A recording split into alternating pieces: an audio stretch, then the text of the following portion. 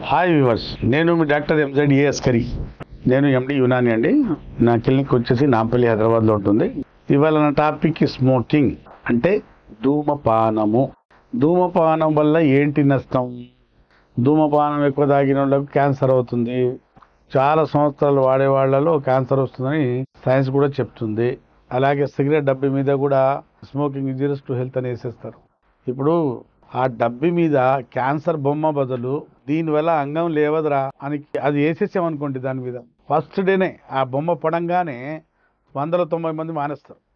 ఆ భయానికి, అరే అంగం స్తమించడం మా అబ్దుల్లా అని.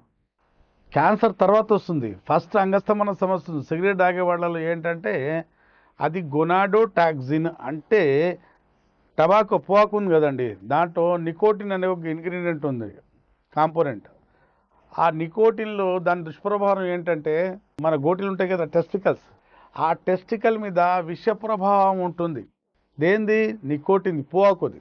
ఆ టబాకం సేవించినా అంటే తిన్నా కూడా, నోట్లో వేసుకుని సప్పరించినా కూడా ఏమవుతుంటాయి, మన బీజకోశాలు, మన బాడీలో ఉన్న టెస్టికల్స్ పాడవుతుంటాయండి. నా అనుభవం చెప్తున్నాను. నా లైఫ్లో 30 ఇయర్స్ నుంచి నేను అంగస్తమన సమస్య కోసం చూస్తాను కదా. గుట్కాలు తిన్న వాళ్ళలో ఒక 15-20% మందికి సంతానం లేకుండా పోతుంది. ఈ మధ్యకాలంలో టెస్టికల్స్ పాడైపోయి వీర్య కణాలు మొత్తానికి తగ్గి అస్సలు జీరో అయిపోయి ఐజోస్పర్మియా అని ఒక వ్యాధి ఉంటుంది. వీర్య కణాలు అస్సలు జీరో ఉంటాయి. అట్లాంటి సమస్యలు గుట్కా తిన్న వాళ్ళలో.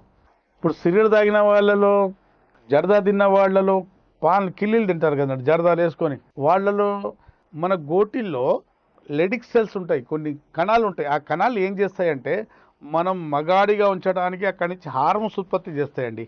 ఆ హార్మోన్స్ ఉత్పత్తి చేసేది లెడిక్ సెల్స్. ఆ సెల్స్ మీద నికోటిన్, పొగాకులో ఉన్న కాంపోనెంట్ విషప్రభావం వల్ల అక్కడున్న సెల్స్ పాడవుతుంటాయి, దాని పనితనం పాడవుతుంటుంది. కాబట్టి అక్కడి నుంచి అంగానికి స్తంభింపజేసే హార్మోను తగ్గుతుంటుంది. అలాగే వీర్య కణాలు కూడా మన బీజకోశాల్లోనే ఉత్పత్తి అవుతాయి. స్పర్మటోజెనెసిస్ అనే ప్రక్రియ నిరంతరంగా కొనసాగుతూనే ఉంటుంది. మన బీజకోశాల్లో వీర్య కణాలు 24 గంటలు అవి తయారవుతూనే ఉంటాయి. ఆ ప్రక్రియ మీద కూడా దీని విష ప్రభావం ఉండటం వల్ల వీర్య కణాలు తగ్గొచ్చు, దాని కదలిక తగ్గొచ్చు, దాని చలనం తగ్గొచ్చు, దాని మార్ఫాలజీ కూడా పాడగవచ్చు. దేనివల్ల? గుట్కా, సిగరెట్, జర్దా, పొగాకు సేవించడం, తినడం, బాగా సప్పరించడం, నోట్లో ఇక్కడ పెట్టేసి సప్పరిస్తుంటారు. ఇక్కడ చెప్పుకోదలుచుకుంది ఏంటంటే అంగం వైపు రక్త ప్రసరణ తీసుకొచ్చే రక్తనాళాలు కూడా ఈ పొగాకు వల్ల కుచించుకుపోతాయి, షింక్ అవుతాయి. ఆ విష ప్రభావము చైనా స్మోకర్లు చాలామంది మా దగ్గర జర్దాలు, కిల్లీలు తినేవాళ్ళు వస్తారు కదండి, వాళ్ళకు ఆర్టీరియోజెనిక్ ఎరెక్టైల్ డిస్ఫంక్షన్ తరచుగా చూడడం జరుగుతుంది. సెక్స్ హార్మోన్స్ తగ్గటం వల్ల కూడా అంగస్తమన తగ్గి ఉంటుంది. గుట్కాలు తినడం వల్ల సంతానలేమి సమస్య రావచ్చు, అంగస్తమన కూడా రావచ్చు. కాబట్టి సిగరెటు, మీకు పొగాకు తిన్న అలవాటు ఉన్నా అవన్నీ ఆపేస్తే మనకు మంచిదండి. ఒకటేమో కోరికలు, కామ కోరికలు బాగా పెరుగుతాయి, అది ఆపేస్తే అంగంలో శక్తి బాగా పెరుగుతుంది, గట్టితనం రాయిలాగా అవుతుంది.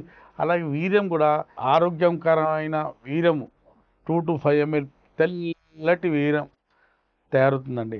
లేకపోతే అంగం బీమారైపోతుంది, అలాగే వీర్యం కూడా తగ్గుతుంది, సెక్స్ కోరికలు అన్నీ తగ్గి బెడ్ మీద రాణించలేం. అంటే అంగస్తమన సమస్య వచ్చినట్టే. మనం బెడ్ దగ్గర తగ్గేది లేదు, కానీ మనం వేరే చోట తగ్గొచ్చండి. వేరే వ్యసనాలు మనం ఆపుకుంటే, ఆరోగ్యం కోసం ఆపుకొని ఆరోగ్యకరమైన శృంగారము మన భార్యతో జరుపుకుంటే మన దాంపత్య జీవితం బాగుంటుంది. మన దాంపత్య జీవితం మీద మనం రాణించవచ్చు. ఇవన్నీ చేస్తే అందులో ఏది చేసినా కూడా అంగస్తమన సమస్య వచ్చే ఆస్కారం, ఛాన్సెస్ ఎక్కువ ఉంటాయండి. కాబట్టి మీకున్న చెడు వ్యసనాలు ఉంటే ఆపేసేయండి. ఇప్పటి వరకు ఏదైనా చెడు వ్యసనాల వల్ల మీకు బలహీనత, అంగస్తమన సమస్య వచ్చినా, మీకు సంతానలేమి సమస్య వచ్చేసినా, శీఘ్రస్ఖలన సమస్య వచ్చేసినా, స్క్రీన్ మీద ఉన్న నెంబర్తో నాకు సంప్రదించండి. పేట్ కన్సల్టేషన్ తీసుకోండి, లేదా మీ దగ్గర ఉంటే నాకు వచ్చి కలిసి ట్రీట్మెంట్ తీసుకోవచ్చు. అప్పటి వరకు నాకు సెలవు అండి. మీ డాక్టర్ అస్కరి, ఎండి యునాని.